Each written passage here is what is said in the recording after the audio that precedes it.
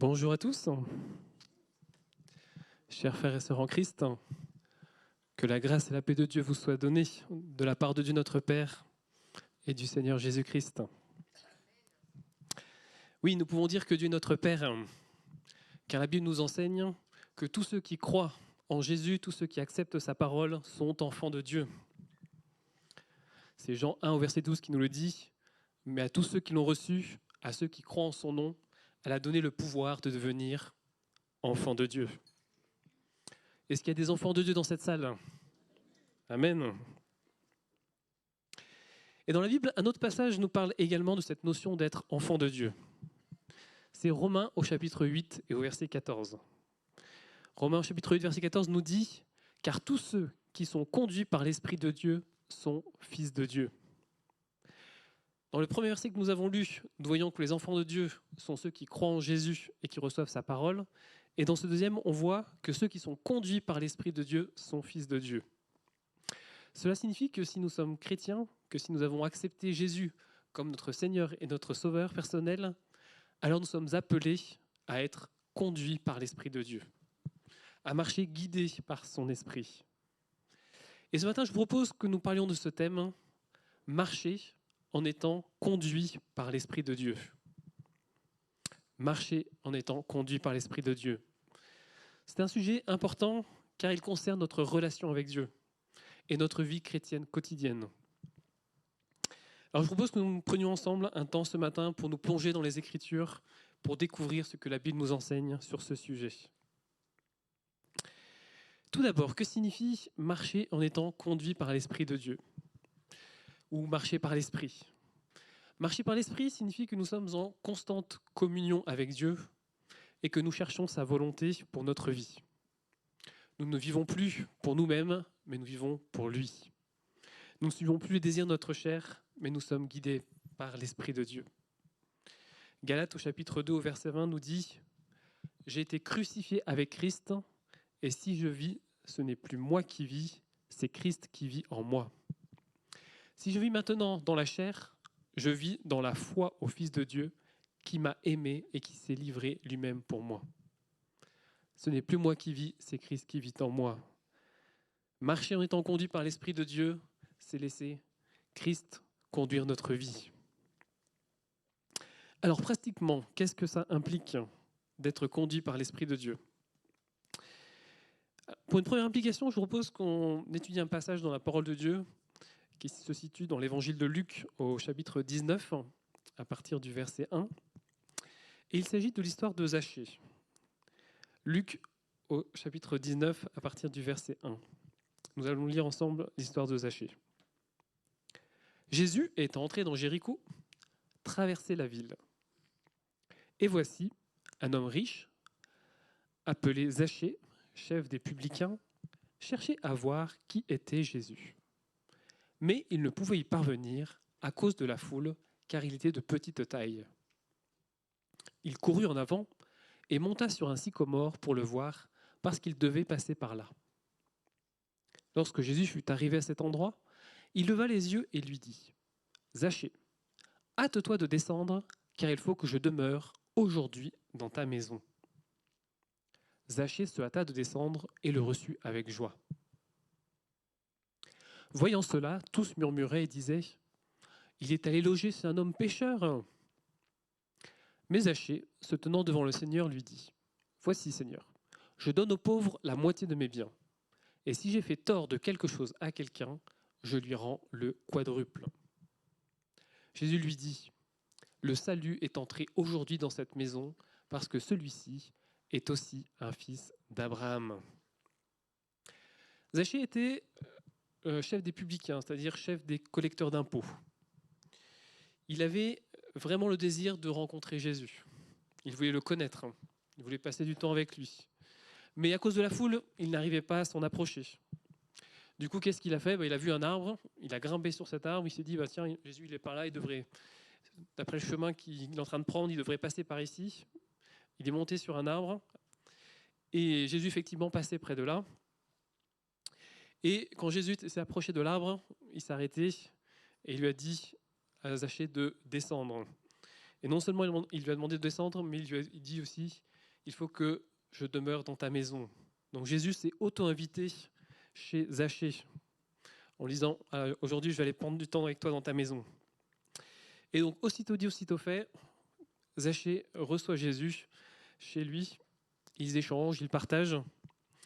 Et suite à une parole de Zachée, Jésus dit, donc c'est le dernier verset que nous avons lu, au verset 9, « Le salut est entré aujourd'hui dans cette maison. » Le salut est entré dans la vie de Zachée. Quelle est donc cette parole qu'a dite Zachée à Jésus? Il a dit, « Voici, je donne aux pauvres la moitié de mes biens, et si j'ai fait du tort de quelque chose à quelqu'un, je lui rends le quadruple. » Que pouvons-nous noter dans ces paroles? Tout d'abord, Zachée s'adresse à Jésus en l'appelant Seigneur. Zachée ne reconnaît pas seulement Jésus comme son sauveur, celui qui lui donne la vie éternelle, mais il le reconnaît également comme son Seigneur. Qu'est-ce qu'un Seigneur? Un Seigneur, c'est celui qui commande, c'est le maître. Dans Actes au chapitre 16, au verset 31, on avait Paul et Silas qui disaient au geôlier, il disait aussi « Crois au Seigneur Jésus et tu seras sauvé, toi et ta famille. » Et c'est ce qu'a fait Zachée. Il a cru au Seigneur Jésus. Donc il a cru que Jésus était non seulement son sauveur, mais également son maître qu'il devait suivre. Et en ayant accueilli Jésus dans sa maison, que s'est-il passé? Nous voyons qu'il a décidé de donner aux pauvres la moitié de ses biens et de rendre 4 fois plus à ceux qui l'avaient fait du tort. Et visiblement, il était connu auprès de la foule comme étant un homme pécheur. C'est qu'il avait certainement dû faire du tort à de nombreuses personnes puisqu'il avait cette réputation d'homme pécheur. Il avait certainement une réputation d'être aussi voleur puisque en tant que percepteur d'impôts, il devait prendre plus d'impôts que ce qui n'était réellement demandé par les autorités. Et donc en ayant accueilli Jésus dans sa maison, en ayant accueilli Jésus dans son cœur, nous voyons que la première chose qui s'est passée dans la vie de Zachée, c'est qu'il a été conduit à la repentance. Quand Jean-Baptiste, le prophète qui a annoncé et précédé la venue de Jésus, prêchait, il disait « Produisez donc du fruit digne de la repentance ». Ça, c'est dans l'évangile de Matthieu au chapitre 8. « Produisez donc du fruit digne de la repentance ». Produire du fruit digne de la repentance, c'est exactement ce qu'a fait Zachée en restituant 4 fois plus les sommes qui avaient été volées. Un fruit, c'est quelque chose qui se voit. Si nous produisons du fruit digne de la repentance, cela doit se voir. Toutes les personnes auxquelles Zachée a restitué de l'argent ont vu le changement chez Zachée. Et les pauvres aussi, puisqu'ils ont reçu la moitié de ses biens. Nous pouvons tout d'abord dire qu'être conduit par l'Esprit de Dieu, c'est tout d'abord marcher dans la repentance.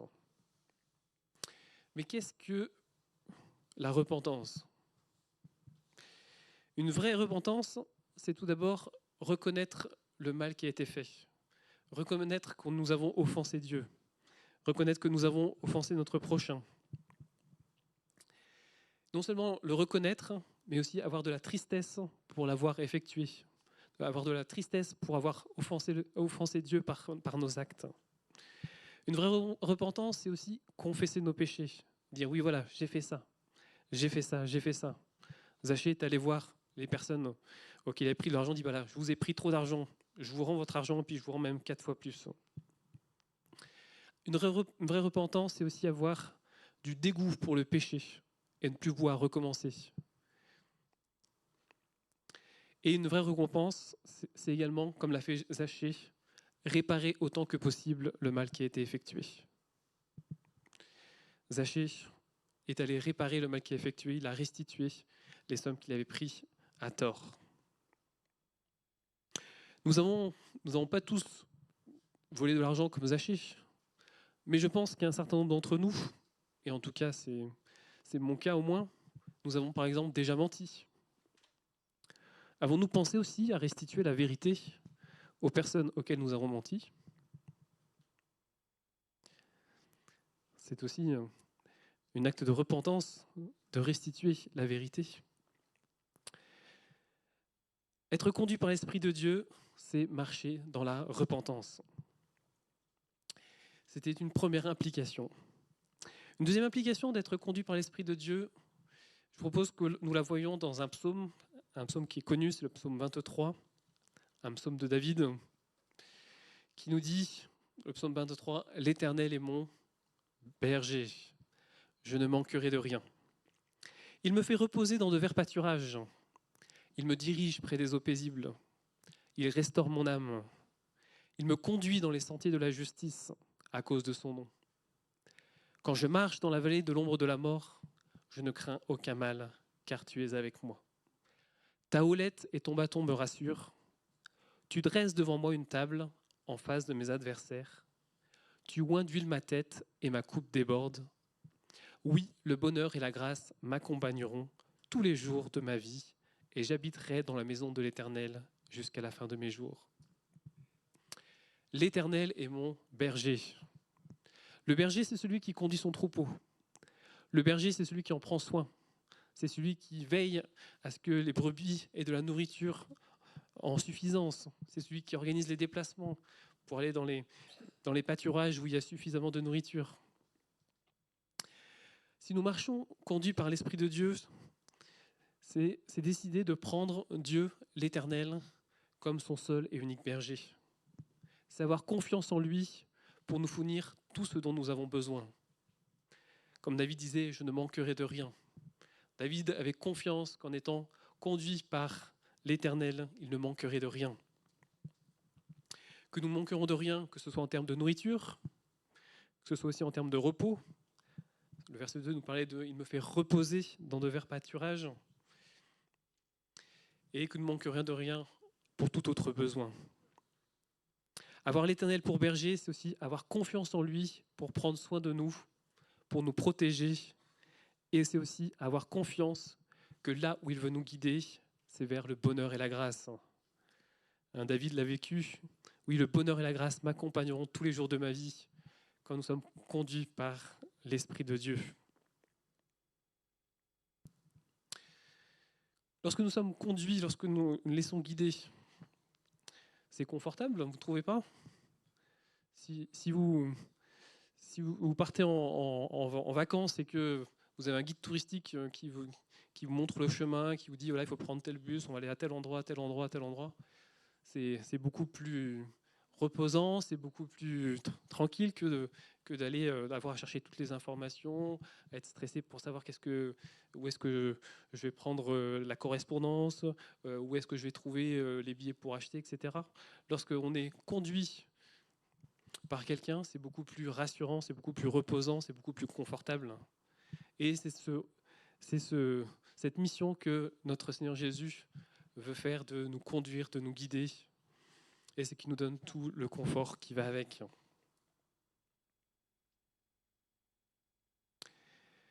Comme je le disais, notre berger veut nous conduire vers le bonheur et la grâce. Par expérience, je me suis rendu compte que quand le Saint-Esprit nous demande de faire quelque chose, nous avons tendance à vouloir négocier avec lui en lui disant « Ah non, mais non, si je dis ça à telle personne, ah non, elle va mal le prendre, ou je vais avoir tel et tel problème. » Mais par expérience, ce que je me suis rendu compte, c'est que si le Saint-Esprit nous le dit, et bien en fait, toutes les peurs, toutes les craintes que nous avons, en fait, elles ne sont pas fondées. Ça se passe toujours beaucoup mieux que ce que nous l'avons imaginé. Comme nous sommes conduits par le Saint-Esprit, de bonnes choses nous arrivent. Être conduit par le Saint-Esprit, c'est reconnaître notre Seigneur comme notre berger. Maintenant, je vous propose qu'on voit une troisième implication du fait d'être conduit par le Saint-Esprit. Et je vous propose que nous la voyions ensemble dans le psaume 119. Le psaume 119, c'est le plus long chapitre de la Bible, qui est généralement attribué à David. Donc rassurez-vous, nous n'allons pas le lire complètement ensemble, mais nous allons lire une partie du psaume 119 à partir du verset 92. Le psaume 119. Si je n'avais pas fait de ta loi mes délices, j'eusse alors péri dans ma misère. Je n'oublierai jamais tes ordonnances, car c'est par elles que tu me rends la vie. Je suis à toi, sauve-moi, car je recherche tes ordonnances. Des méchants m'attendent pour me faire périr. Je suis attentif à tes préceptes. Je vois des bornes à tout ce qui est parfait. Tes commandements n'ont point de limite. Combien j'aime ta loi. Elle est tout le jour l'objet de ma méditation. Tes commandements me rendent plus sage que mes ennemis, car je les ai toujours avec moi. Je suis plus instruit que tous mes maîtres, car tes préceptes sont l'objet de ma méditation. J'ai plus d'intelligence que des vieillards, car j'observe tes ordonnances. Je retiens mon pied loin de tout mauvais chemin, afin de garder ta parole. Je ne m'écarte pas de tes lois, car c'est toi qui m'enseignes. Que tes paroles sont douces à mon palais, plus que le miel à ma bouche. Par tes ordonnances, je deviens intelligent, aussi je hais toute voix de mensonge. Ta parole est une lampe à mes pieds et une lumière sur mon sentier. Je jure et je le tiendrai d'observer les lois de ta justice. Je suis bien humilié, Éternel, rends-moi la vie selon ta parole. Agrée, ô Éternel, les sentiments que ma bouche exprime et enseigne-moi tes lois. Ma vie est continuellement exposée et je n'oublie point ta loi. Des méchants me tendent des pièges et je ne m'égare pas loin de tes ordonnances. Tes préceptes sont pour toujours mon héritage, car ils sont la joie de mon cœur. J'incline mon cœur à pratiquer tes statuts, toujours jusqu'à la fin. Dans ce passage que nous avons vu, le psalmiste décrit combien il a faim et soif de la parole de Dieu. On voit tout l'amour qu'il a pour la parole de Dieu. Il demande à Dieu de lui enseigner ses décrets. Il demande à Dieu de lui enseigner ses commandements. Et nous voyons aussi que le psalmiste, il médite énormément la parole de Dieu. Le verset 97 nous disait, il la médite tout le jour. Le verset 99 disait, je médite tes édits. Et le psalmiste décrit combien il est guidé par la parole de Dieu, qui lui apporte beaucoup de bienfaits. Si nous reprenons quelques points que nous avons lus, le verset 92 disait « Si je n'avais pas fait de ta loi mes délices, j'aurais depuis longtemps péri dans ma misère. Jamais je n'oublierai tes ordonnances, car c'est par elles que tu me vivifies. » Une personne qui est conduite par l'Esprit est vivifiée par la parole de Dieu. Elle est vivifiée par la Bible. Ses forces physiques sont ranimées. Sa vie spirituelle est épanouie. Le verset 98 nous disait « Ton commandement me rend sage, plus sage que mes ennemis. » Et le verset 100 « Je suis plus sage que les vieillards parce que j'obéis à tes commandements. » Une personne qui est conduite par l'Esprit de Dieu devient sage grâce à la parole de Dieu, grâce à la lecture de la Bible, grâce à la méditation de la parole de Dieu. Le verset 99 « Je suis plus avisé que tous mes maîtres car je médite tes édits. » Une personne qui est conduite par l'Esprit, qui étudie la parole de Dieu, acquiert de l'instruction. Et verset 105, « Ta parole est comme une lampe à mes pieds, qui guide tous mes pas, elle est une lumière éclairant mon sentier. » Une personne qui est conduite par l'Esprit guide ses pas à l'éclairage de la parole de Dieu. Et les versets 109 et 110 disaient « Ma vie est sans cesse en danger, mais je n'oublie rien de ta loi. Des méchants m'ont tendu des pièges, mais je ne dévie pas de tes commandements. » En situation de stress, c'est-à-dire quand nous sommes dans un état d'inquiétude ou de tension mentale causée par une situation difficile, il peut arriver de perdre ses moyens, c'est-à-dire de perdre ses capacités, ses qualités. Par exemple, pour un concours, un entretien ou un examen d'embauche, ça peut arriver que nous perdons nos moyens, que nous nous retrouvons un peu bloqués, que nous ne savons pas plus comment faire. De même, nous aussi, quand nous sommes confrontés à des situations difficiles, il peut nous arriver d'oublier les conseils de la parole de Dieu dans ces situations, même si nous les avions entendus. Toutefois, ici, nous voyons que le psalmiste, face au danger, face aux situations difficiles, où sa vie même était en péril, il ne perd pas ses moyens. Il n'oublie rien de la parole de Dieu. Il a tellement médité la parole de Dieu que ses préceptes sont imprégnés au plus profond de son cœur Et les situations difficiles ne le font pas dévier des commandements de Dieu. Au psalmiste, quand on lui a fait du mal, il applique pleinement la parole de Dieu qui dit de ne pas rendre le mal pour le bien, mais de surmonter le mal par le bien.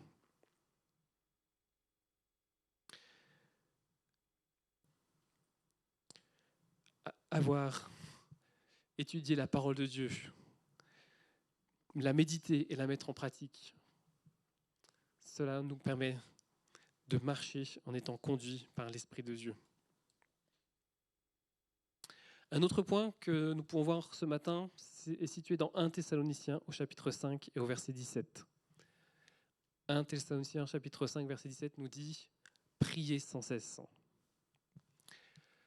La prière, c'est un dialogue avec Dieu.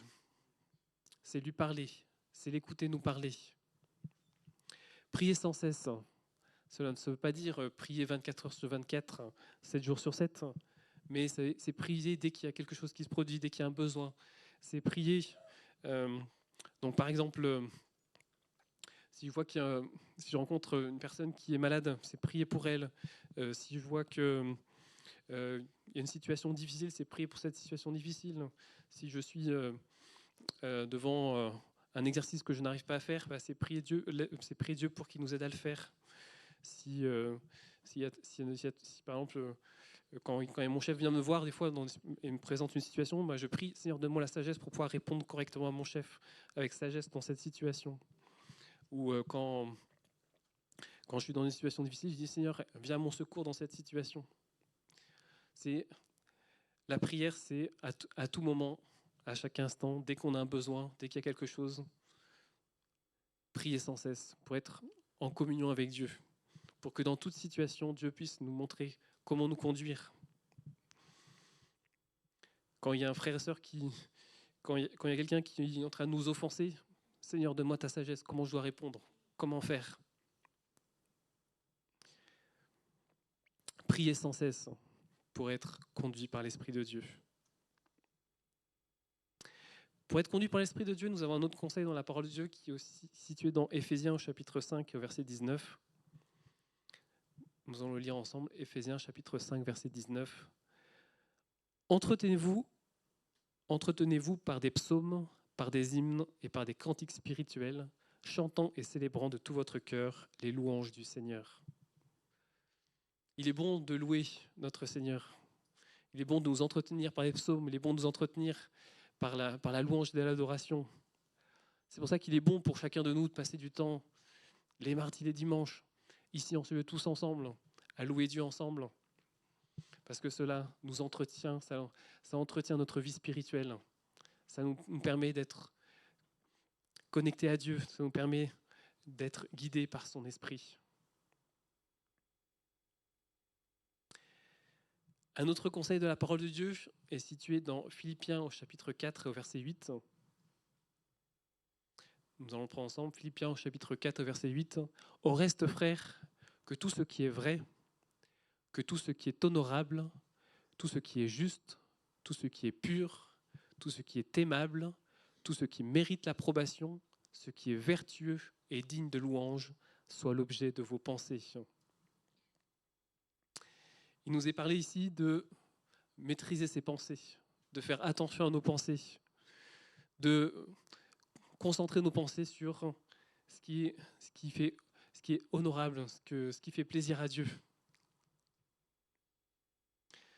Et par conséquent, donc, cela implique de chasser tout ce qui n'est pas pur, de tout ce qui n'est pas honorable, de tout ce qui n'est pas aimable.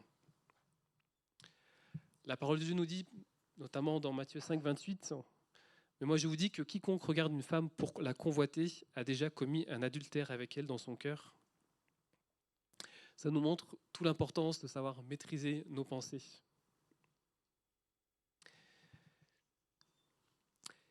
Et je dirais non seulement maîtriser nos pensées, mais je dirais aussi maîtriser nos rêves. Un psychanalyste qui s'appelle Freud disait que le rêve, c'est la réalisation déguisée d'un désir refoulé. Il peut y avoir des désirs au fond de nous qui ne sont pas conformes à la parole de Dieu et qui peuvent se manifester au travers de rêves. Maîtriser ses rêves, est-ce que c'est possible ? Moi, je dirais que oui. Oui, personnellement, moi, ça m'arrive de faire des rêves qui n'étaient pas conformes à la parole de Dieu. Et je disais, ah, Seigneur, pardon pour ce rêve. Seigneur, viens changer. Viens me changer pour cette situation, cette situation. Seigneur, viens changer ces rêves. Et puis ces rêves, ils ont disparu. Maîtriser ses pensées pour que tout ce qui est dans nos pensées soit seulement ce qui est honorable, ce qui est juste, ce qui est pur, ce qui est aimable. Et pourquoi il est important de maîtriser ses pensées? Nous avons un homme qui s'appelle William Makepeace Thackeray qui a dit cette citation: « Sème une pensée et tu moissonneras une action. Sème une action et tu récolteras une habitude. Sème une habitude et tu récolteras un caractère. Sème un caractère et tu récolteras un destin. » Si nous ne faisons pas attention à nos pensées, si nous ne maîtrisons pas nos pensées, nous allons moissonner des actions. Si nous ne gérons pas nos pensées qui ne sont pas conformes à la parole de Dieu, eh ben nous allons entraîner des péchés. Même nos pensées sont déjà des péchés, et nous le dit la parole de Dieu, mais nous moissonnerons des actes. Une personne qui est conduite par l'Esprit de Dieu gère ses pensées avec l'aide du Saint-Esprit. Et elle repousse toute pensée qui n'est pas à la gloire de Dieu, afin qu'aucune mauvaise action ne soit moissonnée. Nous allons lire maintenant Galates au chapitre 5, à partir du verset 16. Donc c'est dans la continuité du chapitre que Ludovic nous a lu, mais nous allons lire nous à partir du verset 16. Galates au chapitre 5, à partir du verset 16. « Je dis donc, marchez selon l'esprit et vous n'accomplirez pas les désirs de la chair. Car la chair a des désirs contraires à ceux de l'esprit, et l'esprit en a de contraires à ceux de la chair. Ils sont opposés entre eux, afin que vous ne fassiez point ce que vous voudriez. Si vous êtes conduits par l'esprit, vous n'êtes point sous la loi. Or, les œuvres de la chair sont manifestes. Ce sont l'impudicité, l'impureté, la dissolution, l'idolâtrie, la magie, l'inimitié, les querelles, les jalousies, les animosités, les disputes, les divisions, les sectes, l'envie, l'ivrognerie, les excès de table et les choses semblables. Je vous dis d'avance, comme je l'ai déjà dit, que ceux qui commettent de telles choses n'hériteront point le royaume de Dieu. Mais le fruit de l'esprit, c'est l'amour, la joie, la paix, la patience, la bonté, la bénignité, la fidélité, la douceur, la tempérance. La loi n'est pas contre ces choses. Ceux qui sont avec Jésus-Christ ont crucifié la chair avec ses passions et ses désirs. Si nous vivons par l'Esprit, marchons aussi selon l'Esprit. Ne cherchons pas une vaine gloire en nous provoquant les uns les autres, en nous portant envie les uns aux autres. Marchez selon l'Esprit et vous n'accomplirez pas les désirs de la chair. Pour pouvoir vaincre les désirs de la chair, la solution, ce n'est pas d'essayer de toute notre force pour pouvoir les vaincre. Cela ne marchera pas. Nous ne pouvons pas demander à notre chair de combattre notre propre chair. C'est si nous marchons selon l'Esprit, c'est-à-dire que si nous marchons dans la repentance, si nous avons l'Éternel pour notre berger, si nous prions sans cesse, si nous louons Dieu, si nous maîtrisons nos pensées et nos rêves, alors nous n'accomplirons pas les désirs de la chair. Dans le verset que nous avons lu en introduction, on avait dit que tous ceux qui sont conduits par l'Esprit de Dieu sont fils de Dieu. Le verset précédent, Romains 8, 13, disait « Si vous vivez selon la chair, vous mourrez, mais si par l'Esprit vous faites mourir les actions du corps, vous vivrez. » C'est en vivant par l'Esprit que nous allons faire mourir les œuvres de la chair. C'est en vivant par l'Esprit que nous allons détruire notre nature pécheresse. Et pour revenir au passage que nous avons lu juste avant, de Galates au chapitre 5, il nous est parlé dans ce passage des fruits de l'esprit. Et une implication de marcher en étant conduit par l'esprit, c'est de manifester les fruits de l'esprit. Donc les fruits de l'esprit qui ont été cités, c'était l'amour, aimer les uns les autres, aimer notre Seigneur Jésus. Le deuxième fruit de l'esprit, c'était la joie. Comme ça a été dit durant le temps de louange, soyez toujours joyeux. Pour manifester la joie, priez et rendez grâce. Un des moyens de garder sa joie, c'est d'avoir un cœur reconnaissant, de prendre du temps pour remercier Dieu pour tout ce qu'il a fait. Quand nous voyons une réponse à notre prière, merci Seigneur pour cette réponse. Merci pour cette situation qui s'est améliorée. Merci pour tel frère, telle sœur qui a été guéri. Cela nous remplit de joie de voir que notre Seigneur Jésus répond à nos prières.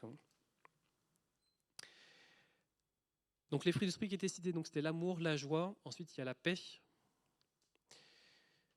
Alors qu'est-ce que la paix ? La paix, c'est la situation d'un pays, d'un peuple ou d'un État qui n'est pas en guerre. Là, c'est un état de tranquillité nationale. Mais si on se met plus au niveau des personnes, c'est l'absence de conflit, c'est l'absence de querelle entre personnes. La paix, c'est un état d'âme qu'aucune inquiétude ne vient troubler. Pour nous chrétiens, c'est aussi l'état tranquille de l'âme qui est assuré de son salut à travers Christ, qui ne craint rien de Dieu et se content de son sort terrestre, quel qu'il soit. Un autre verset que Virginie avait lu, c'était dans Philippiens 4. « Ne vous inquiétez de rien, mais en toute chose, faites connaître vos besoins à Dieu par des prières et des supplications, avec des actions de grâce, et la paix de Dieu qui surpasse toute intelligence gardera vos cœurs et vos pensées en Jésus-Christ. » Ne vous inquiétez de rien. Nous pouvons tout confier à notre Seigneur Jésus et cela nous remplit de la paix. Et si nous sommes conduits par l'Esprit de Dieu, eh bien nous confions tout ce qui nous préoccupe à notre Seigneur et il nous remplit de sa paix. Un autre fruit de l'Esprit, c'est la patience. La patience, c'est la qualité qui consiste à supporter sans impatience le comportement pénible d'une personne. C'est l'aptitude à ne pas s'énerver des difficultés. C'est l'aptitude à supporter les défaillances, les erreurs. C'est la qualité de quelqu'un qui sait attendre avec calme. Romains 12 nous dit « Réjouissez-vous en espérance, soyez patients dans l'affliction, persévérez dans la prière. »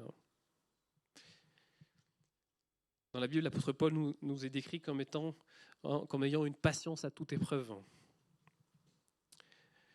Quand nous sommes conduits par l'Esprit, nous manifestons aussi de la bonté. La bonté, c'est la disposition de quelqu'un à être bienveillant, compatissant, charitable. C'est la qualité d'une personne bonne qui est portée à considérer, à traiter les autres d'une façon favorable, en s'abstenant de leur nuire et surtout en œuvrant pour leur épanouissement vital au dépens même de ses propres intérêts. Un autre fruit de l'esprit, c'est la bénignité, ou d'autres traductions disent la douceur. La bénignité, c'est le caractère ou la qualité consistant à être bon, doux et indulgent. C'est d'avoir une bienveillance pleine de douceur. Et le dernier fruit de l'esprit, c'est la fidélité. La fidélité, c'est la fidélité dans le couple, le respect de l'engagement matrimonial qui est pris envers la personne aimée. La fidélité, c'est le respect des engagements pris. Mais je pense qu'on peut aussi parler de fidélité à son Église, de fidélité à chacun des engagements qui sont pris. Ça, c'est un des fruits de l'esprit que nous sommes appelés à manifester toujours plus et davantage lorsque nous sommes conduits par l'Esprit de Dieu.